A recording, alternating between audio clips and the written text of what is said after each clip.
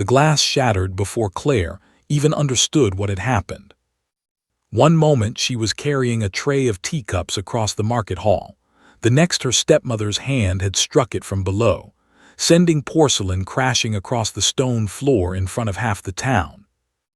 "Look at her," Margaret said, loud enough for every merchant, every farmer, every passing stranger to hear. "Clumsy as a barn animal. No man will ever choose her, not with those hands, not with that face."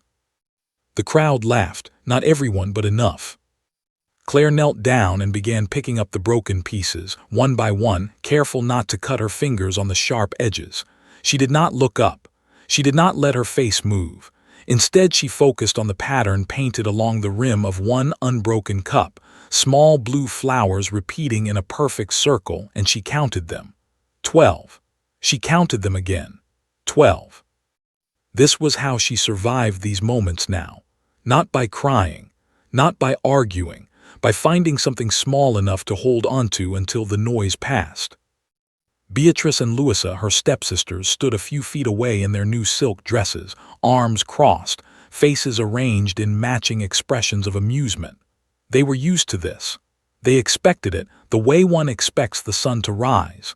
Claire on the ground, Margaret's voice cutting through the market like a blade, the crowd's laughter rising and falling like a wave. A younger boy near the fruit stall stopped stacking apples long enough to watch, his mouth slightly open, before his mother tugged him along by the sleeve. An older woman near the bread cart clicked her tongue in disapproval, though whether her disapproval was aimed at Margaret or at Claire, it was impossible to say. This was the strange arithmetic of public shame. It did not matter who was truly at fault. It only mattered who was left kneeling on the ground when the moment ended. "Get up," Margaret snapped, not out of concern, but because Claire kneeling on the ground was drawing more attention than she wanted. "You're embarrassing this family." Claire stood. She gathered the last shard of porcelain into her apron and said nothing. It had not always been this way. 3 years ago, Claire's father had been a respected merchant, a man known across the county for his fair prices and his honest word. Their house had been full of warmth then, full of laughter that did not come at anyone's expense. Claire remembered evenings when her father would read to her by the fire, his voice low and steady, his hand resting on her shoulder like something permanent. Then he had married Margaret, a widow with 2 daughters of her own, and within a year he was gone. A fever, the doctor said, sudden and merciless. Claire remembered the funeral more than she remembered her own grief, because grief had been a luxury she was not given time for. Within a month, Margaret had rearranged the entire household. Claire's room became a storage space. Claire's fine dresses were given to Beatrice, who was nearly the same size. Claire herself became something between a servant and an afterthought, fed on the leftover care of a family that had already decided she did not belong to it. She did not fight it. There was no one to fight for her, and a girl with no allies learns quickly that fighting alone only makes the losses sharper. There had been a brief period in the first months after her father's death when Claire had tried to reason with Margaret. She had spoken calmly, respectfully, pointing out that her father's will had left certain provisions for her, a small allowance, a portion of the house that was rightfully hers to keep. Margaret had listened to all of it with a patient, almost sympathetic expression, and then explained, in the gentlest possible tone, that grief made people imagine things that were not true, that Claire's father had left nothing of the kind, and that continuing to insist otherwise would only make Claire look unstable in the eyes of the neighbors. Claire had not raised the subject again. She had no proof, no witnesses, nothing but her own memory against Margaret's calm and consistent denial, and she understood, even at 16, that memory alone was not currency anyone would accept. So she learned instead to disappear, to make herself small in rooms where she was not wanted, to find quiet, private ways of surviving the days. That evening, after the market and the broken teacups, Claire sat alone in the small room off the kitchen that had once been used for storing linens and was now hers. She held a needle and thread, mending the hem of a dress that was not her own, because mending was one of the few tasks Margaret trusted her to do without complaint. Through the thin wall, she could hear Margaret speaking to Beatrice and Louisa in the sitting room, their voices carrying easily in the quiet house. "The Ashcombe ball is in 3 days," Margaret was saying. "The Duke will be there. This is your chance, both of you. A duke does not marry twice. Whichever one of you catches his eye first will secure this family's future." "And what if he doesn't notice either of us?" Louisa asked, a note of anxiety in her voice that she rarely allowed to show.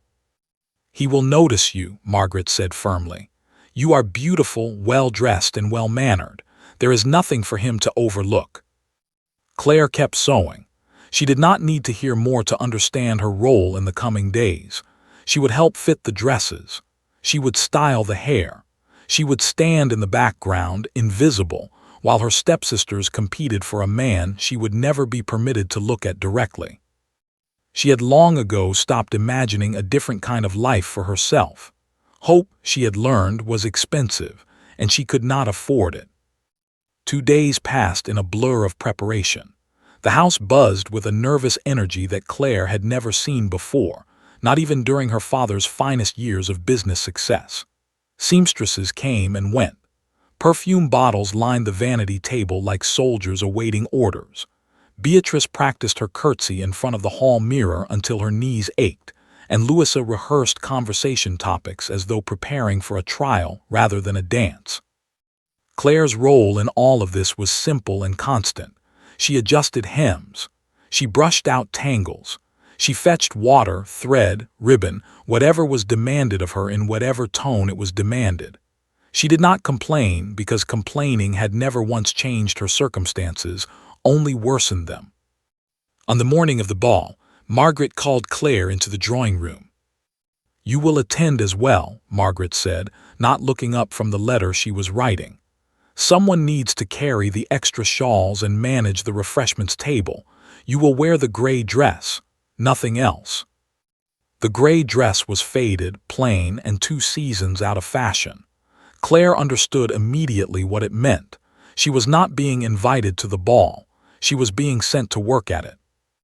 "Yes, Margaret," Claire said, and left the room before her face could betray anything at all. That night the Ashcombe estate glowed with candlelight spilling from every window, and carriages lined the long gravel drive like a river of polished wood and gleaming horses. Claire arrived in the servants' entrance, carrying a basket of folded linens, while Beatrice and Louisa swept through the front doors on Margaret's arms, dressed in gowns the color of ripened plums and pale gold silk.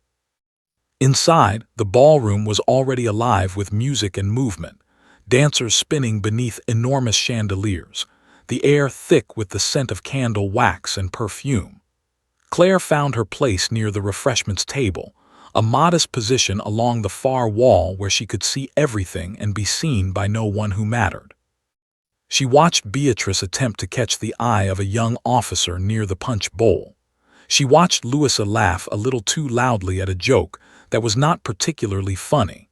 She watched Margaret circle the room like a hawk, tracking every movement of every eligible man in the building, calculating angles and opportunities the way a general studies a battlefield. Claire did not resent them for it, not exactly. She simply felt separate from it, as though she were watching a play from behind glass, close enough to see every detail but too far removed to ever step onto the stage herself. It was nearly an hour into the evening when she felt someone brush past her, close enough that a tray of small pastries nearly slipped from her hands. She caught it just in time, balancing the tray against her hip, and turned to apologize for nearly causing a scene. "Forgive me," she said, expecting a servant, a footman, someone of no particular consequence. "I should have been paying closer attention." "No," the man said, steadying the edge of the tray with one hand before she had fully caught it herself. "That was entirely my doing. I wasn't watching where I was walking." He was tall, dressed simply compared to the other guests, without the elaborate embroidery or jeweled buttons that marked the wealthier men in the room. Claire assumed, without much thought, that he must be part of the household staff, perhaps someone managing the wine or overseeing the kitchen deliveries. "You're new here," she said, more out of politeness than curiosity. "I haven't seen you at any of the other events this season." "I suppose I am new in a sense," he said, a faint smile touching his mouth, "though I've been coming to this house for years." "Strange," Claire said, setting the tray safely back on the table. "I would have remembered a face like that." "A face like what?" he asked, and there was something in his tone, something curious and warm, that made her look at him a moment longer than she intended. "Tired," she said honestly. "Like someone who works too hard and doesn't complain about it. I recognize the look." He laughed, a short, surprised sound. "That may be the most accurate description anyone has given me in months." They spoke for a few minutes more, easy conversation about nothing important, the kind of talk that fills space without demanding anything from either person. Claire found herself relaxing in a way she rarely did around strangers, perhaps because she assumed he was, like her, someone standing just outside the main event, watching rather than participating. It was Louisa who broke the moment, appearing suddenly at Claire's side with a look of barely concealed panic.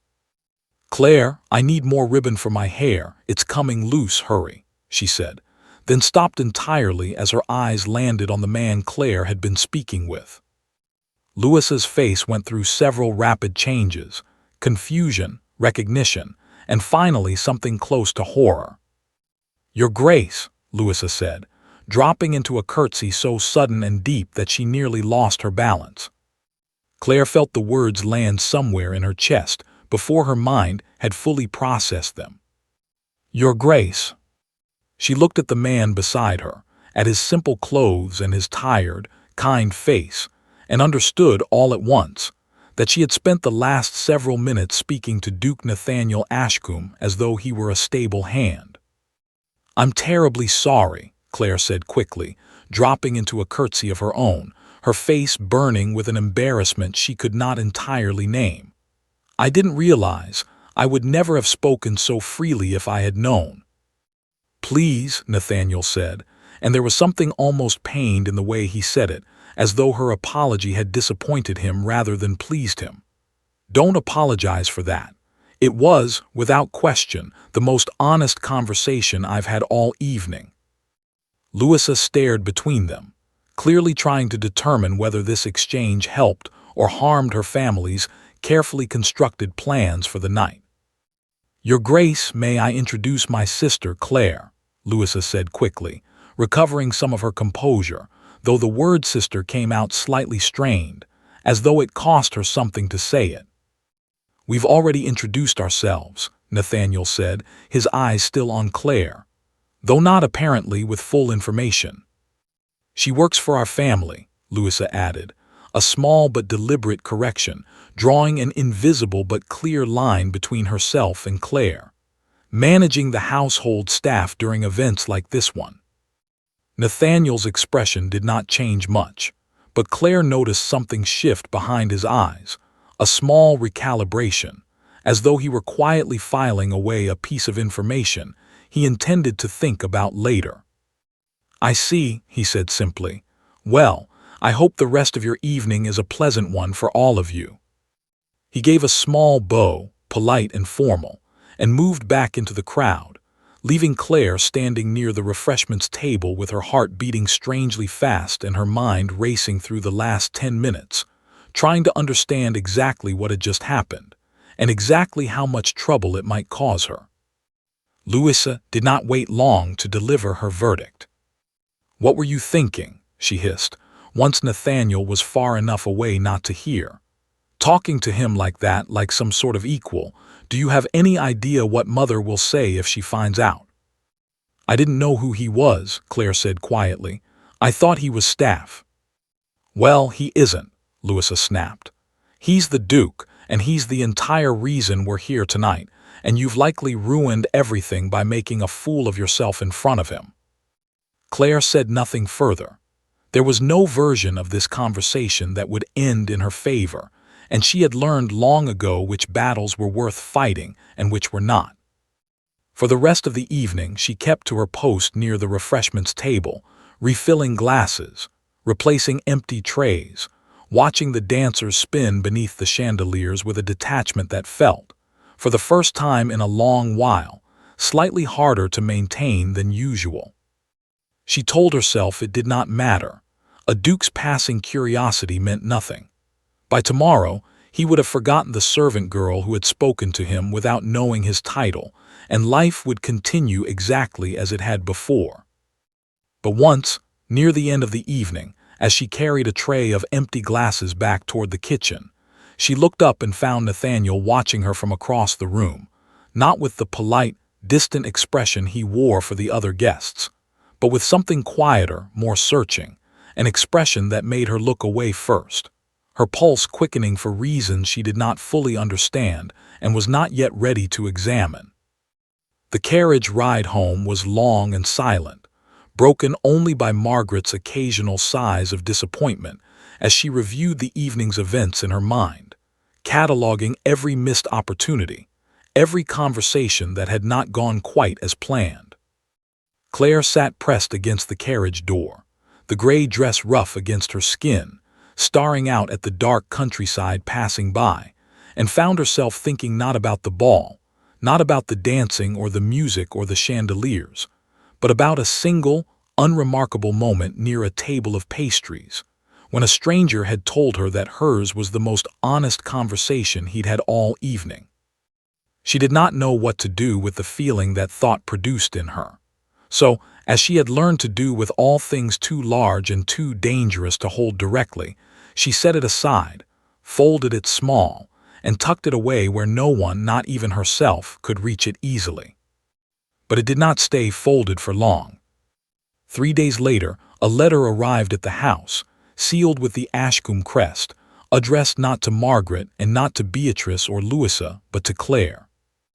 Margaret held the letter in both hands, as though it might burn her fingers if she moved too quickly. "Ashcombe crest," she said slowly, turning the paper over to study the wax seal a second time. "Addressed to Claire." The kitchen went silent. Beatrice stopped mid-motion with a hairbrush in her hand. Louisa's face had gone the color of old paper. "There must be a mistake," Louisa said quickly. "Perhaps it's meant for one of us and the footman wrote the wrong name." Margaret turned the envelope toward the light, tracing the letters with one finger, spelling out the name written there, as though she needed to see it a third time before she believed it.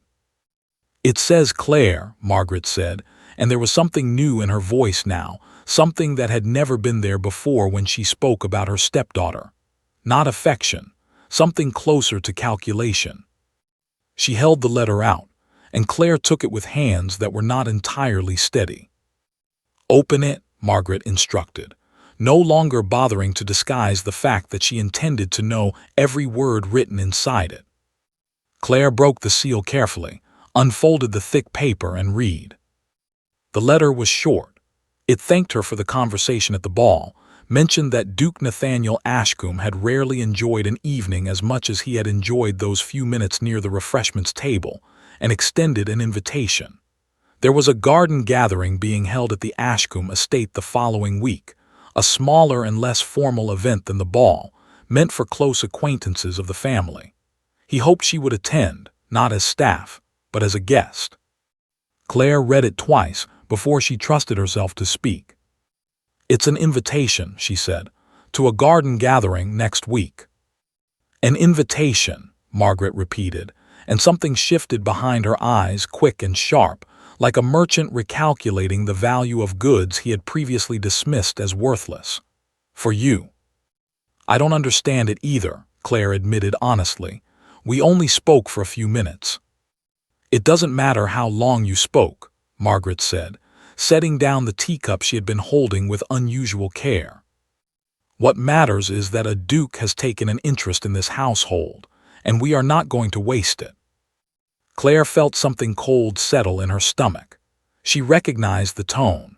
It was the tone Margaret used when she was building a plan, when she saw an opportunity to be shaped and used, regardless of what it cost the person standing in the middle of it.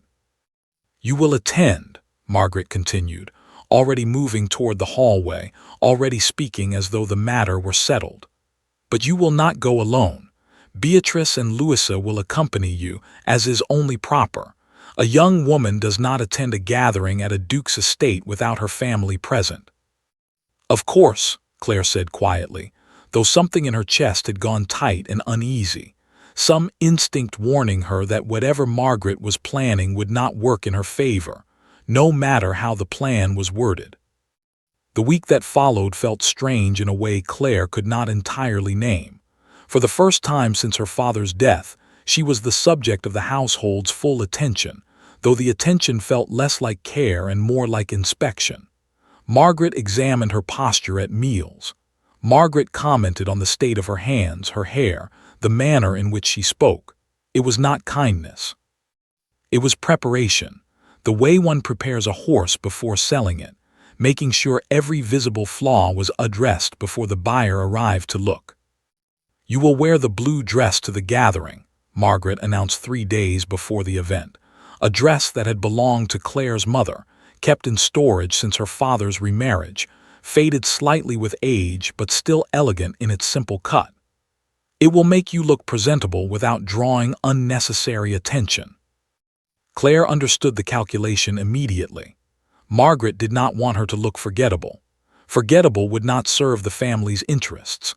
But she also did not want her to outshine Beatrice or Louisa, whose new gowns had been ordered specifically for this event, cut from fabric far finer than anything currently hanging in Claire's small room. The morning of the garden gathering arrived clear and warm, the sky a pale, cloudless blue that seemed almost too pleasant for the tension running through the household.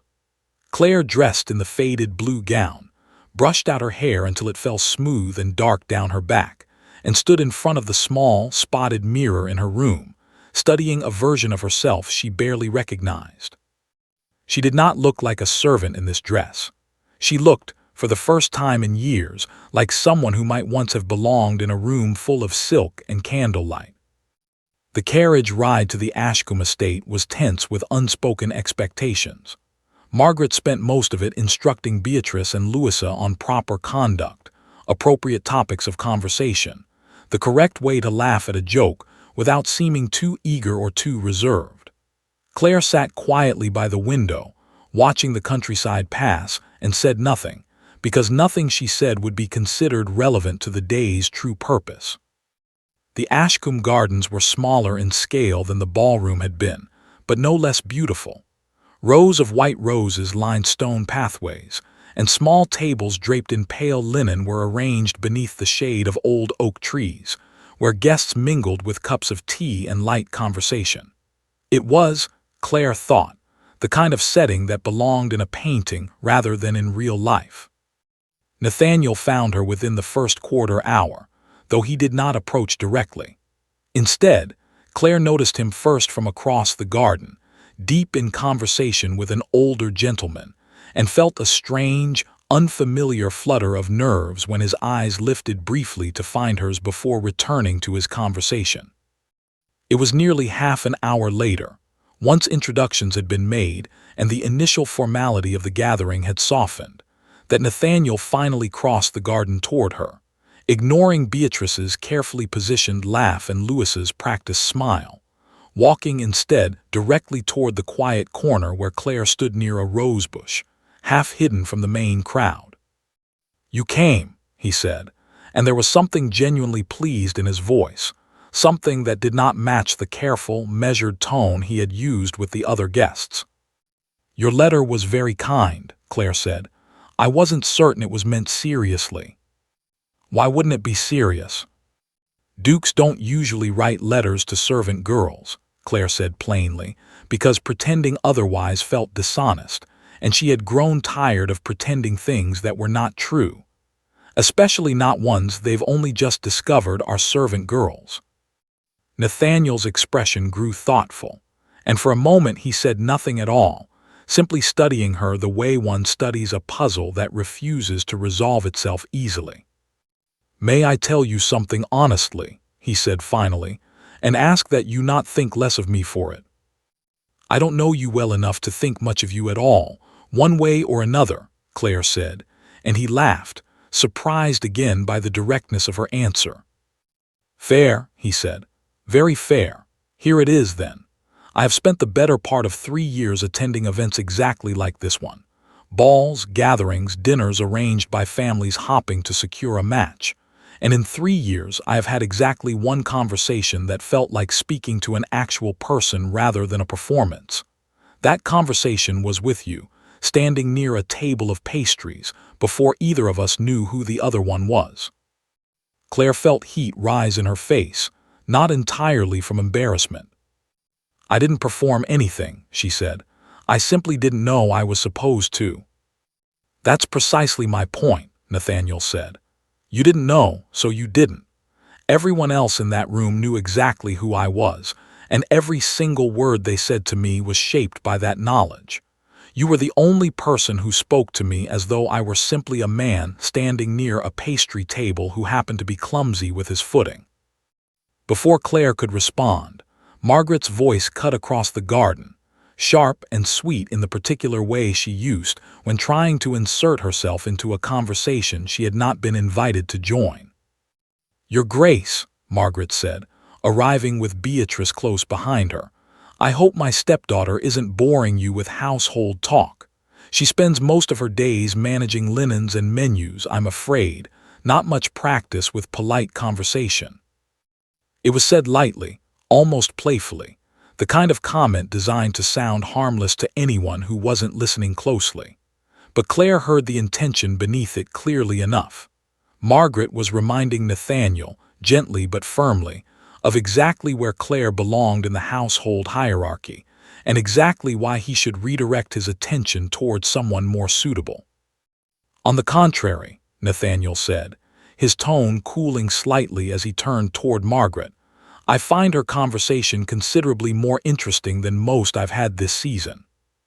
Margaret's smile did not falter, but something behind her eyes shifted, quick and cold, the look of someone recalculating a plan that had just taken an unexpected turn.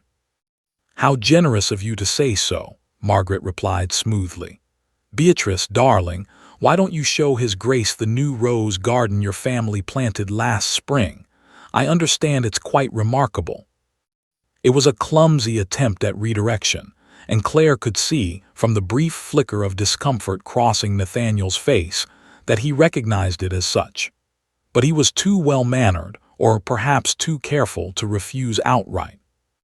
I would be glad to see it, he said, and allowed himself to be led away by Beatrice, though not before glancing back once toward Claire, a small, apologetic look that said more than words might have. Claire remained near the rosebush, watching them go, feeling the familiar, hollow sensation of being set carefully aside once again. Margaret did not leave immediately. She turned to Claire instead, her voice dropping to something quieter, sharper, meant only for the two of them. Whatever foolish notion you're allowing yourself to entertain, Margaret said, put it away now. Dukes do not marry servants. He is simply curious, the way a man grows curious about anything unfamiliar. That curiosity will fade the moment something more suitable catches his attention, and something more suitable is exactly what Beatrice and Louisa are. I haven't entertained any notion, Claire said quietly. Good, Margaret said. Keep it that way.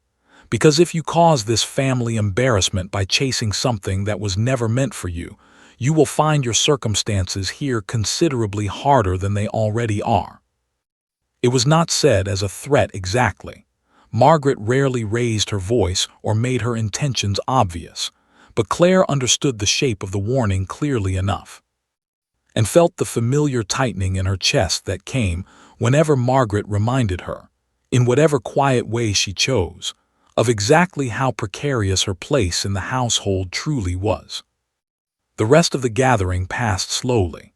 Claire kept mostly to the edges of the garden, exchanging polite but brief conversation with a few older guests who seemed not to know or not to care about her position in the household.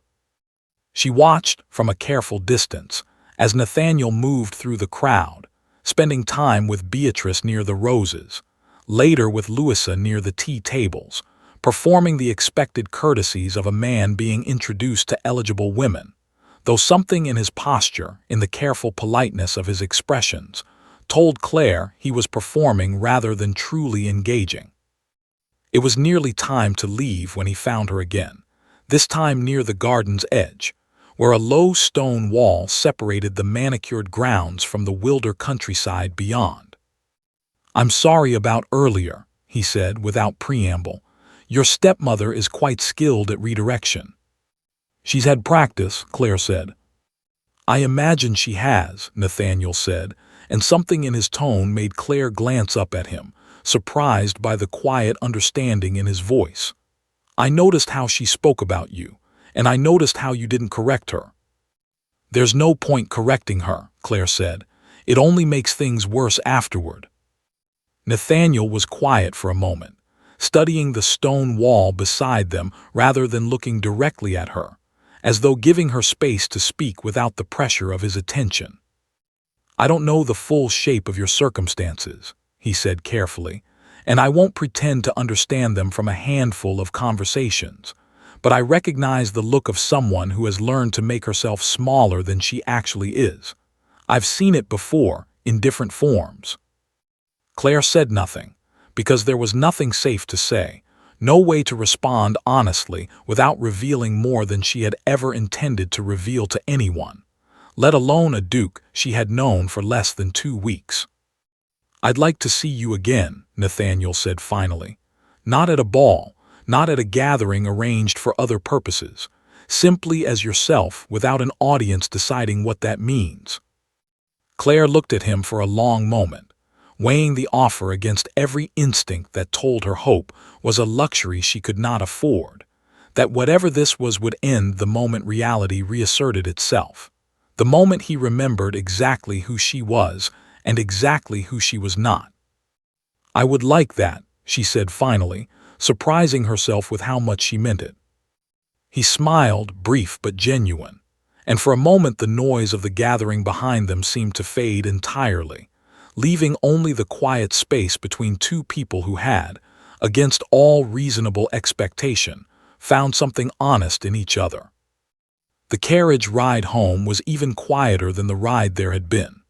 Margaret said little, her expression unreadable, though Claire could feel the weight of her attention resting on her the entire way, calculating, recalculating, deciding how best to handle a situation that had not unfolded according to plan. It would not stay quiet for long.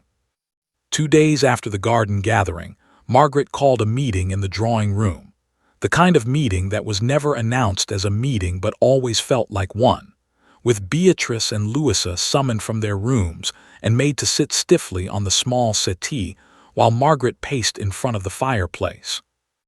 "The Duke has requested another visit," Margaret said, holding a second letter in her hand, though this one had been addressed properly, to the household as a whole rather than to any single person within it. "He wishes to call on the family directly at our home this coming Sunday." "That's wonderful," Louisa said, brightening immediately. "It means he's serious about one of us." "It means," Margaret said carefully, "that we need to prepare very precisely for what happens during that visit." She turned to Claire, who stood near the doorway, having been summoned to attend the meeting despite not being invited to sit. "You will not be present," Margaret said. "You'll manage the household during the visit, ensure the refreshments are prepared, and remain out of sight for the duration." "Why?" Claire asked, the question slipping out before she had fully decided to ask it. Margaret's eyes narrowed slightly, surprised by the pushback, however mild.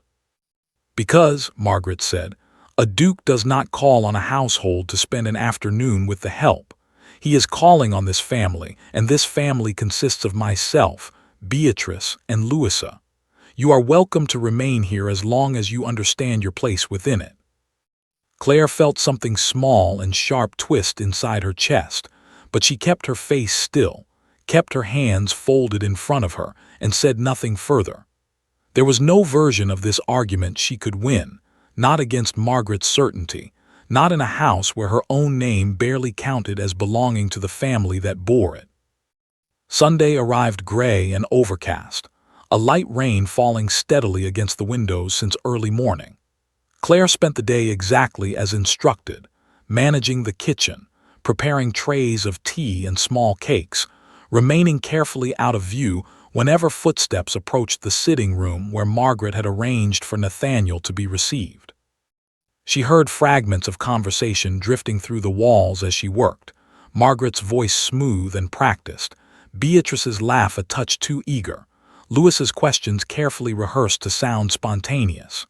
She heard Nathaniel's voice too, polite and measured, giving little away, the same careful tone he had used with other guests at the ball before he had ever spoken to her directly. It was nearly 2 hours into the visit when Claire, carrying a fresh pot of tea toward the sitting room, nearly collided with Nathaniel himself in the narrow hallway outside the kitchen. "I was looking for you," he said quietly, glancing back over his shoulder toward the sitting room, as though checking that no one had followed him. "You shouldn't be here," Claire said, setting the teapot down on a side table, her voice low with something close to panic. "If Margaret finds you back here—" "I don't particularly care what Margaret finds," Nathaniel said, though his tone remained gentle rather than dismissive. "I came here today to see this family, and I have spent 2 hours in a room with 3 people who keep telling me things I already know they've rehearsed. I wanted 5 honest minutes before I left." Claire glanced anxiously toward the hallway leading back to the sitting room, aware of how quickly this moment could unravel if Margaret discovered them together. "5 minutes," she said finally, "and then you need to go back before she notices you're missing." Nathaniel nodded, though he did not move immediately toward the door. Instead, he studied her for a long moment, something quiet and searching in his expression. "I've been thinking about what you said," he said, "about there being no point correcting your stepmother. I keep wondering how long you've believed that." "Long enough that it's simply true now," Claire said. "It isn't a belief, it's how things are." "It doesn't have to stay that way," Nathaniel said. Before Claire could answer, the sharp sound of footsteps echoed down the hallway, and both of them turned toward the noise just as Margaret rounded the corner, her expression shifting instantly from polite composure to something far colder. "Your Grace," Margaret said, her voice tight with barely controlled alarm, "I apologize, I wasn't aware you had wandered from the sitting room." "I wasn't wandering," Nathaniel said calmly. "I was speaking with Claire." Margaret's gaze flicked toward Claire, sharp enough to cut, though her expression remained carefully composed for Nathaniel's benefit. "Claire has duties to attend to," Margaret said smoothly. "I'm sure she doesn't want to keep you from Beatrice and Louisa, who have been looking forward to your visit all week." "I'm certain they have," Nathaniel said, and there was something in his tone now, something quieter and more deliberate, that made Margaret's composure flicker for just a moment. "But I came here today hoping to understand this household a bit better, and I find I understand it a great deal better now than I did an hour ago." He turned back toward Claire, offering a small, respectful nod. "Thank you for the tea," he said, though they both knew he was not thanking her for the tea at all. He walked back toward the sitting room, leaving Margaret standing in the hallway, her expression sliding, once he was out of sight, into something far less pleasant. "What did you say to him?" Margaret demanded, her voice dropping low and dangerous. "Nothing," Claire said. "He came looking for me. I didn't invite him." "It doesn't matter who invited whom," Margaret snapped. "It matters what this looks like. Do you understand what you're risking by allowing this? Do you understand what happens to this family if he decides you're the reason his interest wanders, and then that interest fades entirely because he realizes servants and dukes do not build lives together?" "I haven't asked for any of this," Claire said, her voice steadier than she expected it to be. "I didn't write him a letter. I didn't request his visits. I've done exactly what you told me to do every single time." Margaret studied her for a long moment, something calculating moving behind her eyes. "Then you'll continue doing exactly as I tell you," Margaret said finally. "Starting now. You will not speak with him again unless I am present. You will not linger in hallways. You will not accept letters, invitations, or conversations without my knowledge. Is that understood?" Claire nodded, though something inside her, some small and stubborn thing she had not felt in years, quietly refused to agree with the words even as she spoke them aloud. "Yes, Margaret," she said. The visit ended shortly after, Nathaniel departing with polite thanks and careful promises of future correspondence, though Claire noticed, watching from the kitchen window as his carriage pulled away, that his eyes lifted briefly toward the house before he climbed inside, searching for something or someone that Margaret had made certain he would not find. That night, Claire lay awake in her small room, staring at the ceiling, replaying the hallway conversation over and over in her mind. "It doesn't have to stay that way," he had said, and something about the simplicity of the statement had lodged itself somewhere deep and tender, a place she had spent years carefully protecting from exactly this kind of hope. She did not know, yet, that Margaret's warning had only been the beginning. 3 days later, a second letter arrived at the house, addressed once again to Claire directly. Margaret intercepted it before Claire ever saw the envelope, reading its contents alone in her room before summoning Claire to explain herself. "He's invited you to a private dinner," Margaret said, her voice tight with barely restrained anger, "at the estate this coming Friday. No mention of Beatrice, no mention of Louisa, just you." Claire said nothing, uncertain what response would be safe. "You will not attend," Margaret said flatly.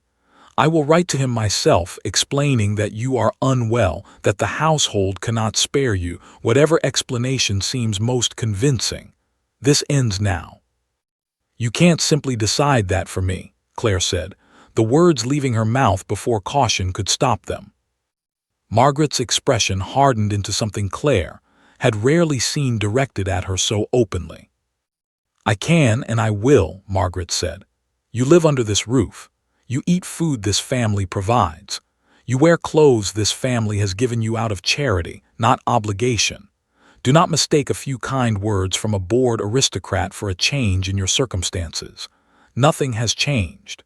You are still exactly what you have always been in this household, and I will not allow a passing infatuation to threaten the futures of my own daughters." The words landed harder than Claire expected, not because they were new, but because she had, for the first time in years, allowed herself to believe, even briefly, that something might be different now. She did not argue further. There was no version of arguing that would end well, and she had learned long ago that the cost of losing an argument with Margaret was always higher than the cost of simply staying silent.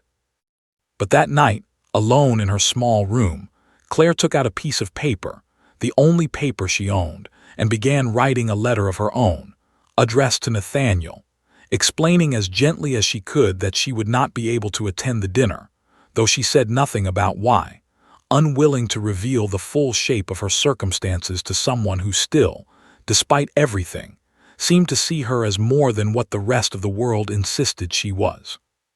She did not know, as she sealed the letter, whether she would ever find a way to send it, but she wrote it anyway, because some small, stubborn part of her needed to put the words down, needed to prove to herself that she still had a voice, even in a house that had spent years trying to convince her otherwise.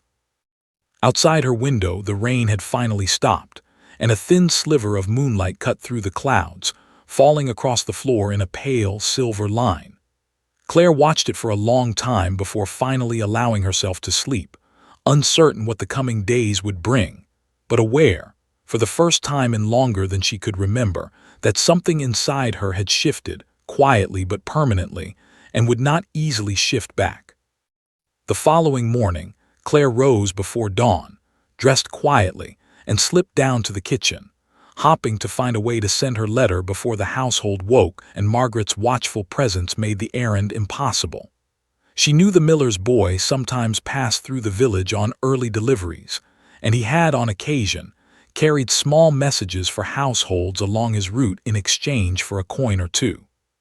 She found him near the back gate, loading sacks of flour onto his cart, and pressed the folded letter into his hand, along with the last coin she owned, a small silver piece she had been saving for over a year. "To the Ashcombe estate," she said quietly, "please, it's important that it arrives today." The boy studied her for a moment, curious but not unkind, then nodded and tucked the letter into his coat. "I'll see it delivered, miss," he said, and climbed onto his cart without further question. Claire returned to the house feeling something close to relief, though the feeling did not last. By mid-morning, Margaret had discovered the empty space where the letter had been hidden beneath Claire's mattress, the careless mistake of a girl unused to secrecy, and the confrontation that followed was sharper than any that had come before it. "You defied me directly," Margaret said, her voice low and furious, standing in the doorway of Claire's small room with the discarded scrap of wax that had sealed the envelope clutched in her hand.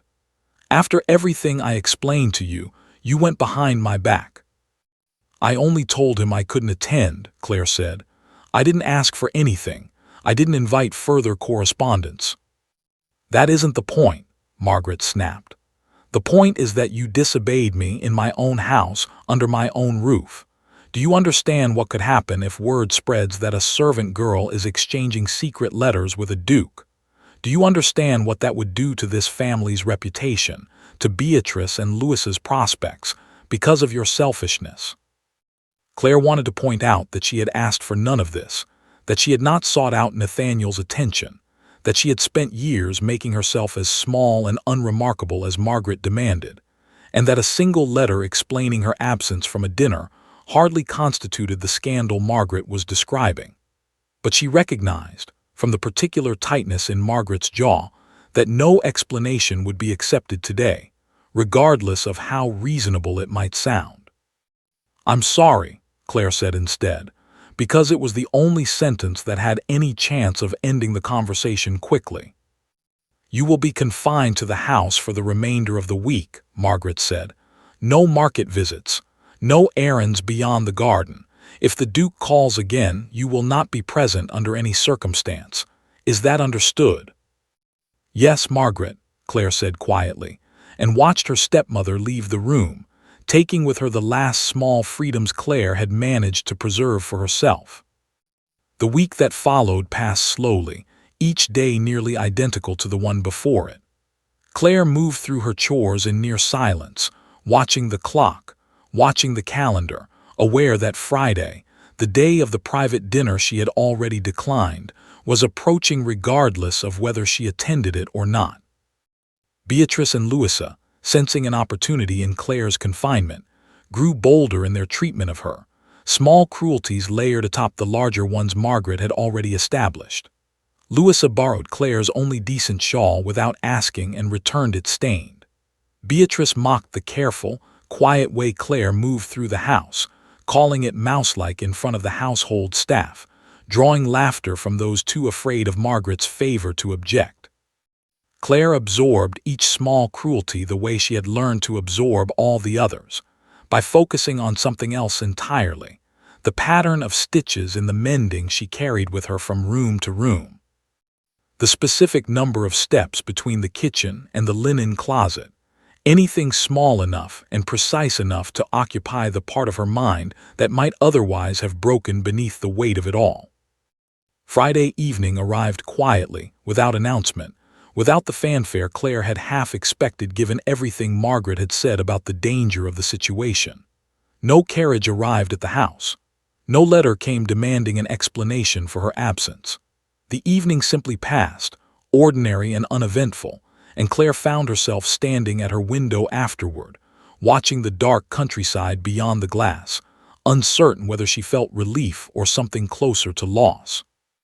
She did not know, standing there in the quiet of her small room, that Nathaniel had in fact received her letter, had read it twice, and had spent the better part of that same evening deciding exactly what he intended to do about a household that seemed determined to keep one particular person hidden from him, regardless of how directly he asked to see her. News of the Duke's interest in the household had, despite Margaret's best efforts at containment, begun to spread through the village in the way such things always did, carried on the tongues of servants, delivery boys and neighbors who had noticed his carriage passing along the road toward their modest house more often than seemed ordinary. By the following week, whispers had reached the market stalls themselves, and Margaret found herself in the uncomfortable position of fielding questions from other merchants and townswomen about which of her daughters had captured the Duke's attention, questions she answered with practiced confidence despite having no clear answer to give. "It's Beatrice, surely," she told one particularly persistent shopkeeper's wife, though her voice carried a note of forced certainty that had not been there in earlier weeks. "He's simply taken his time in making his intentions known.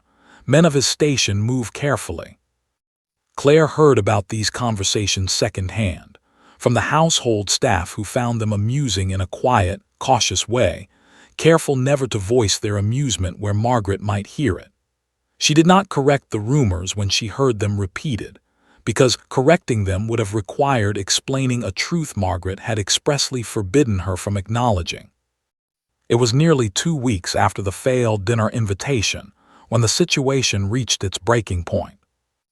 An official announcement arrived at the house, delivered not by a footman or messenger boy, but by a formal courier bearing the Ashcombe seal, requesting the household's presence at a gathering the following Saturday, to be held at the estate, where the Duke intended to make a public statement regarding a matter of personal importance. Margaret read the announcement with visible excitement, certain, or nearly certain, that this was the moment her daughters had been waiting for, the formal declaration that would secure one of their futures and, by extension, the future of the entire household. "This is it," she said, gathering Beatrice and Louisa into the drawing room with an energy Claire had not seen from her in years. "Whatever happens Saturday, we need to be prepared. New dresses if there's time to have them made. Beatrice, your hair needs attention, it's grown too plain. Louisa, practice your curtsy again, I noticed it wavering last time." Claire stood near the doorway, as she always did during these meetings, uncertain whether she would be permitted to attend at all, given everything that had happened in recent weeks. Margaret's eyes found her eventually, calculating something Claire could not immediately read. "You'll attend as well," Margaret said finally, "though you will remain at the back of the gathering, near the household staff, out of the Duke's immediate line of sight. I won't have you disrupting whatever announcement he intends to make." Claire nodded, saying nothing, though something in her chest had gone tight and strange at the words "a matter of personal importance," unable to guess what they might mean, unwilling to let herself hope in any particular direction. The days leading up to Saturday passed in a blur of preparation, new dresses arriving for Beatrice and Louisa, fittings and adjustments consuming most of the household's attention. Claire continued her usual duties throughout, mending, fetching, managing the smaller tasks that kept the house functioning while everyone else focused on the larger event ahead. On Friday evening, the night before the gathering, Claire found herself alone in the kitchen, finishing the last of the evening's dishes, when Louisa appeared in the doorway, an expression on her face that Claire did not immediately recognize. "I need to tell you something," Louisa said, her voice quieter than Claire had heard it in years, stripped of its usual sharpness. "About tomorrow." "What is it?" Claire asked, setting down the cloth she had been using to dry a teacup. "Mother intercepted another letter," Louisa said, "from the Duke, weeks ago, addressed to you again." Claire felt something cold settle in her stomach. What did it say? Louisa hesitated, glancing back toward the hallway as though checking that Margaret was not nearby. "He asked why you never responded to his dinner invitation," Louisa said. "He said he understood from the letter you sent that you couldn't attend, but that he wished to know if the reason was truly your own, or if it had been decided for you. He said he intended to ask you directly in person, before assuming anything further." Claire stared at her stepsister, uncertain what to make of this sudden, unexpected honesty. "Why are you telling me this now?" she asked. Louis's expression flickered with something that looked, unexpectedly, like guilt. "Because I've watched Mother do this to you for 3 years," Louisa said quietly, "and I've never said anything, because saying something never seemed worth the trouble it would cause me. But watching a man travel this far, write this many letters, ask this many questions, all for someone Mother keeps insisting doesn't matter, it's made me realize how strange this whole situation actually is. And I don't want to stand in a garden tomorrow and watch him make an announcement everyone assumes is about me or Beatrice, when the truth is something else entirely." Claire did not know how to respond, uncertain whether to trust this sudden shift in her stepsister's behavior, uncertain what it would cost either of them if Margaret discovered the conversation had happened at all. "Thank you," Claire said finally, because it was the only honest thing she could think to say. Louisa nodded, then turned and left the kitchen without another word, leaving Claire alone with the last of the dishes and a new, uncertain kind of hope beginning to take shape in her chest, fragile but unmistakably present. That night, Claire barely slept, running through every possible version of what tomorrow's gathering might bring, uncertain whether Louis's warning had been a kindness or simply another complication in a situation already too tangled to fully understand. Saturday morning arrived clear and bright, the sky a pale, cloudless blue that seemed, once again, almost too pleasant for the tension gathering steadily inside the household.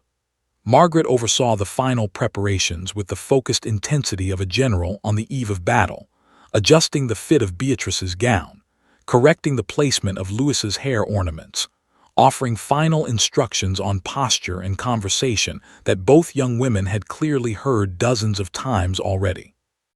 Claire dressed quietly in the faded blue gown she had worn to the garden gathering weeks earlier, the only dress she owned that seemed appropriate for such an occasion, and made her way downstairs to join the rest of the household for the carriage ride to the Ashcombe estate. The gardens, when they arrived, were more crowded than Claire had expected, filled with familiar faces from the ball weeks earlier, along with a number of guests she did not recognize, all gathered beneath the same rows of white roses, all waiting with varying degrees of curiosity for whatever announcement had drawn them there.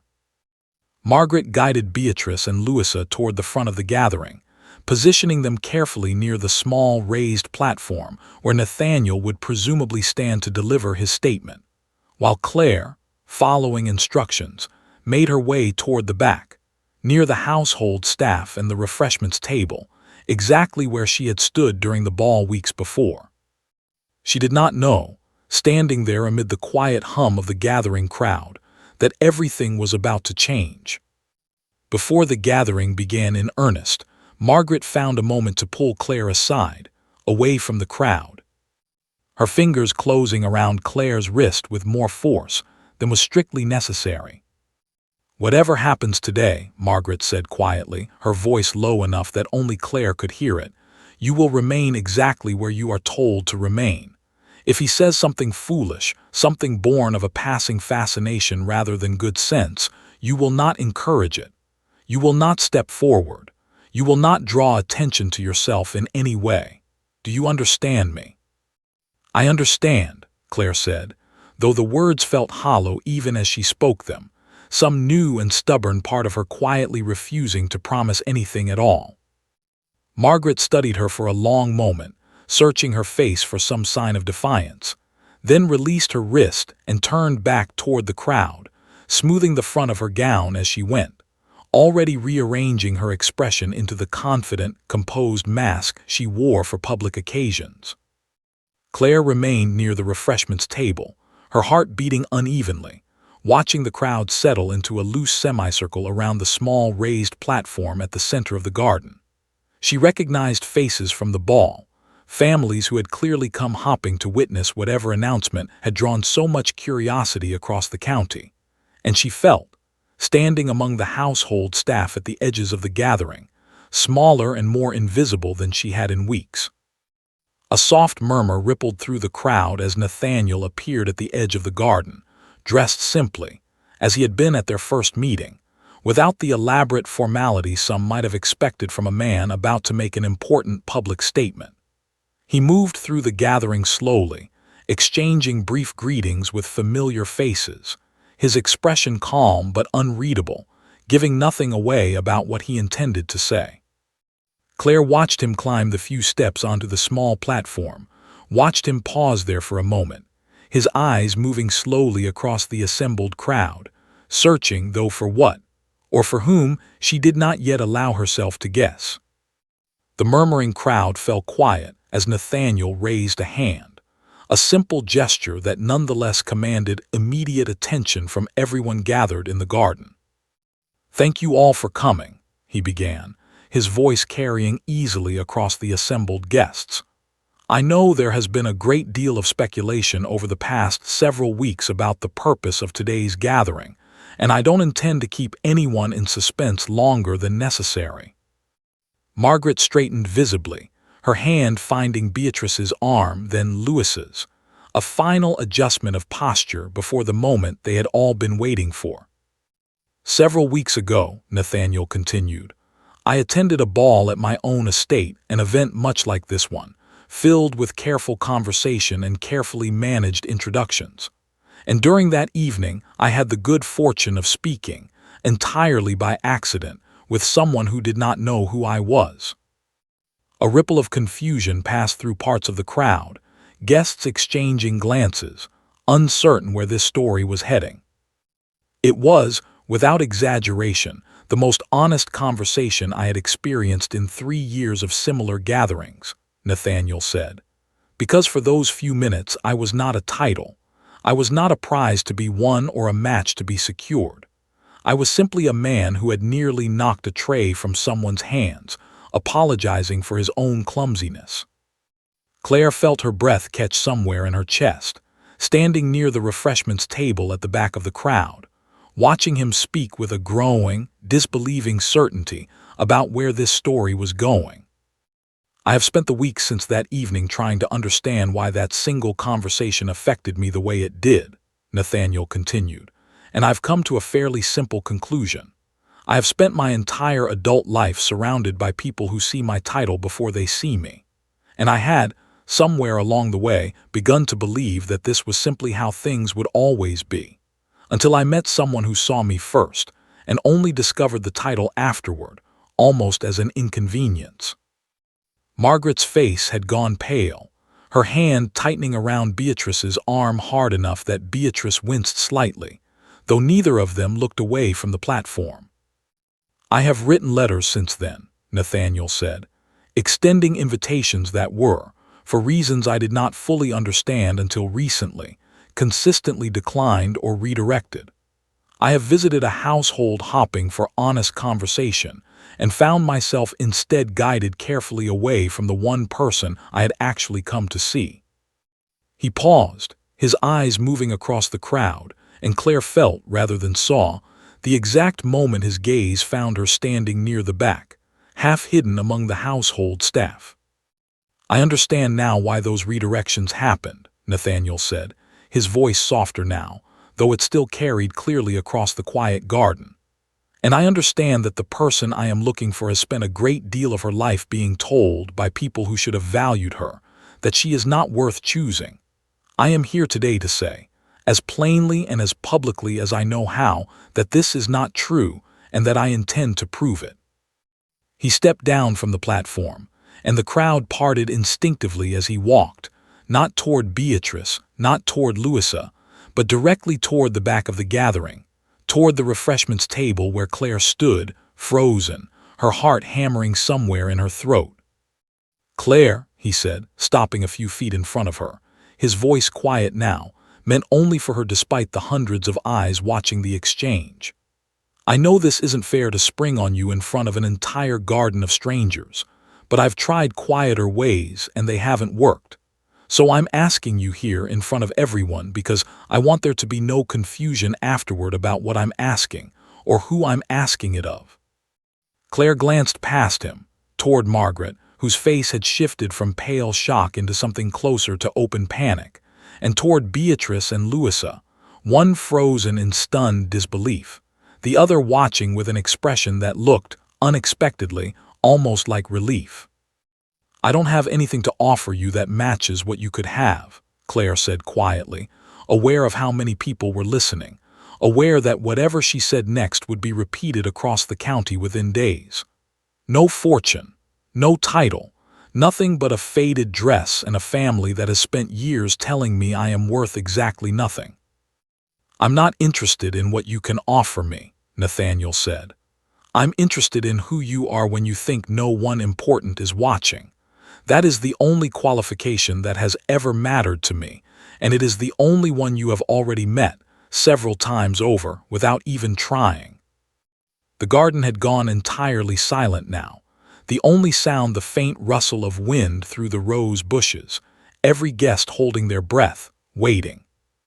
"I would like," Nathaniel said, "to spend considerably more time getting to know you properly, without letters being intercepted, without conversations being redirected, without a household deciding in advance what you are and are not permitted to become.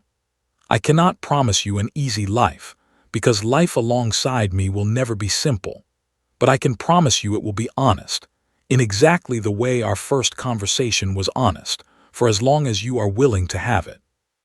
Claire looked at him for a long moment, aware of the weight of every eye in the garden, aware of Margaret's furious, humiliated silence just a short distance away, aware of years of small cruelties stacking quietly behind her like stones she had carried without complaint for far too long. She thought briefly of the broken teacup in the market square, of counting blue flowers to keep her face still while a crowd laughed at her expense. She thought of the letter she had written and nearly failed to send, of the coin she had spent to see it delivered, of every quiet moment she had spent convincing herself that hope was a luxury reserved for people whose circumstances allowed for it. "Yes," she said finally, her voice steadier than she expected it to be. "I would like that very much." A quiet sound rippled through the crowd, not quite applause, not quite gasps, something closer to collective disbelief slowly settling into acceptance.